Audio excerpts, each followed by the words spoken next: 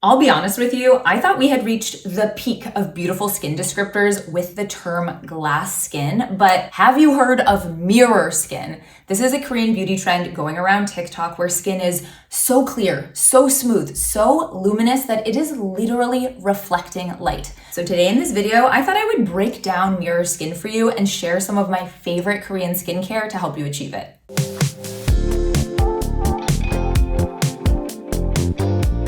So glad you're here. I'm Dr. Sam Ellis. I am a board certified dermatologist, and I created this channel to be your dermatology BFF, to give you the most sound, science-backed, honest advice about taking care of your skin, your hair, and your nails.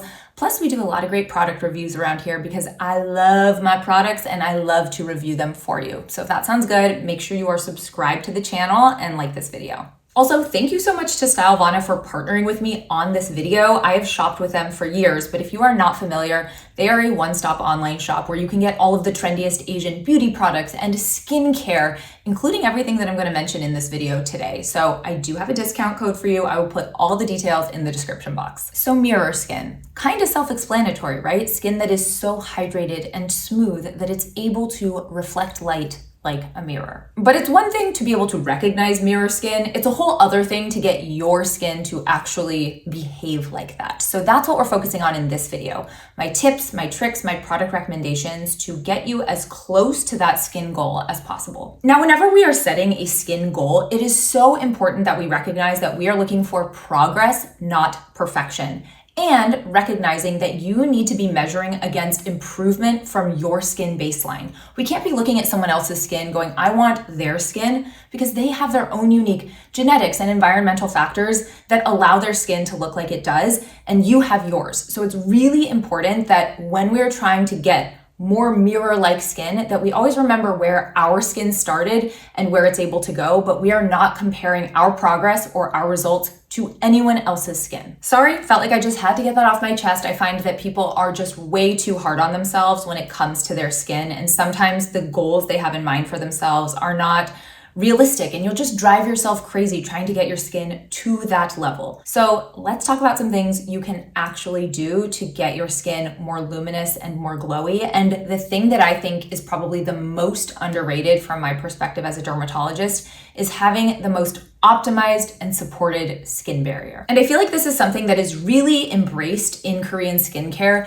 So much of what they're putting on their skin on a daily basis is about hydration, calming, moisturizing, whereas in the US skincare consumer market, we are like all about the scrubs, the intense exfoliation, the retinoids, and so our skin barrier is taking a much stronger hit on a daily basis. Speaking of hits to the skin barrier, I'm just now noticing that where I burned myself with my curling iron this morning is beginning to really get red, so we'll just pretend that's not happening. Now, aside from having a super healthy, hydrated skin barrier, the other tenet of mirror skin is having a very even skin tone. So minimal hyperpigmentation, minimal redness, minimal irregular texture. Okay, I think it's time we start getting into the products. I'm going to walk you through a mirror skin routine. And you certainly don't have to incorporate all of these steps, but it might give you some inspiration of things you may want to try or incorporate into your routine. And this routine is something you could do morning and night. First step is cleansing. That is essential to setting your skin up for success. In the morning, you don't have to wash your face. You can just splash some water and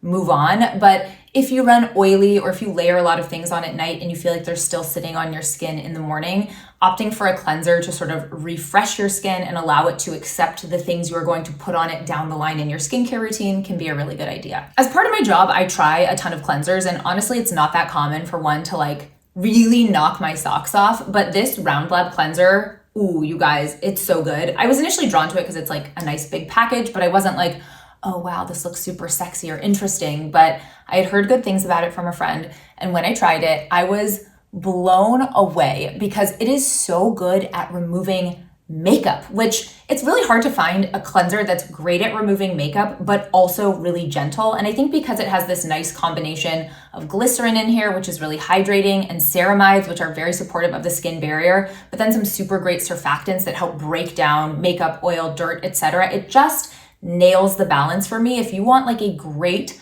one and done cleanser, to me, this is like a must try. So when I finish cleansing with this, my skin feels incredibly clean. It's not like squeaky clean and stripped, but I do then crave going in with some type of hydrating or moisturizing product, which is where the next things I'm going to talk about come in. I could not do a K-Beauty mirror skin routine without talking about toners, so I grabbed a few of my favorites. These are a super watery, light, hydrating skincare step that come before things like your serums and your moisturizers, and really just offer an extra veil of nourishment to your skin. Because you would put these on right after you wash your face, your skin is thirsty and ready to accept them. The first one I'm going to talk about is this one by Anua. It's the Heartleaf 77% Soothing Toner, and this is such a wonderful, calming toner. If you have redness, you're easily irritated, this is the toner I would pick for sure. And you can definitely layer them as well. It feels like water, so it's incredibly lightweight, but that heart leaf in there is a plant extract that has a ton of flavonoids in it. So that's going to be soothing, that's antioxidant rich. It's really there to just calm the skin down and allow it to tolerate things that you put on top of it. Next up, I have the Rice Toner from I'm From. As you can see, this is a very milky toner, but still quite lightweight. The goal of this toner is really to be brightening. It has niacinamide in it, which not only helps with dark spots, but also helps fortify the skin barrier. And remember, when it comes to mirror skin, we want the barrier to be strong and we want it to be clear. Okay, last toner I want to shout out is the Age R Glutathione Glow Toner from Medicube. You can see I'm whipping through this, but it's also because with my toners, I usually apply them after the shower and they're going on my face, my neck, my chest, my forearms, my hands. All of these are just huge. You get so much product, and because they're so watery, a little goes a very long way. So I totally encourage you to think about mirror skin, not just for your face, but like also how can these benefit your body? Glutathione, which is the star of this toner, is an antioxidant that is best known for its ability to brighten the skin and to even out the tone of the skin. So a really lovely option to incorporate if you are looking for that mirror skin. The reason I like this one so much is that it also has 6 anti-aging peptides in it. So peptides are a really nice, non-irritating way to encourage the skin to be smoother, to produce more collagen. Each peptide has its own unique properties and how it works within the skin, but the combo of peptides in here is really lovely, and I love the idea of having a toner step that allows you to incorporate them. This also contains niacinamide, and it has alpha-arbutin, which is another ingredient that helps fight hyperpigmentation and is incredibly safe and tends to be very, very well tolerated. So to me, this is the most powerhousey of the toners that I am mentioning. One thing I do want to note though is it does have fragrance to it. So if you're sensitive to fragrance, you might want to steer clear, but I think it smells amazing. So you can wash your face, put on 1, 2, all 3 of those toners if you want to. I don't tend to wait in between steps here. They're all really watery. They're all going to kind of mix together, so you don't really have to wait for them to dry down. Plus, layering on damp skin helps lock in hydration and encourage better moisturization. But after you're done with your toners, that's where we start moving into your treatment serums. And in my mind, your treatment serums are like little bonus steps to target specific issues in the skin like hyperpigmentation or redness and reactivity. One of my favorite K-Beauty hyperpigmentation serums that's incredibly gentle is the Beauty of Chosun Glow Deep Serum. This has 2% alpha-arbutin, which I just talked about. Alpha-arbutin is wonderful at interrupting excessive pigment production. So it's great if you're dealing with a little bit of discoloration, post-inflammatory acne marks, and that's the thing that's preventing you from getting your mirror skin. Now, if you want to kick it up a notch or maybe just incorporate more hyperpigmentation fighting ingredients, I'm also a really big fan of the APLB azelaic acid peptide ampule. This one has, of course, azelaic acid and licorice root extract that really help break down that hyperpigmentation, but also help with things like soothing redness and improving skin texture. Now, I'm not saying you should expect this, but these are the types of things where people like start washing their face, start using a toner or two, start using a treatment serum, and like literally days later, they're waking up being like, oh my gosh, like look how much better my skin is. There can be really immediate changes with things like this because you are instantly improving hydration and moisturization, which is going to make your skin more plump and more luminous. But it's really about consistency over weeks and then months that are going to yield the best, most long-lasting results. Now, once you've layered on all of your hydrators, you have to seal that hydration in with a moisturizer that contains occlusive ingredients. And the word occlusive can kind of freak people out because they're like, oh, is that gonna clog my pores? But occlusive things are what prevent what we call transepidermal water loss, or loss of water through the skin. So it does you almost no benefit to layer on a bunch of hydration if it's then just going to evaporate off your skin. So we need to lock it in. One of my favorite Korean moisturizers of all time is from Perito. It's their Dermide Relief Barrier Moisturizer. I've spoken about it multiple times on this channel. It is a beautiful, mid-weight, leaning rich cream that's slightly balmy but absorbs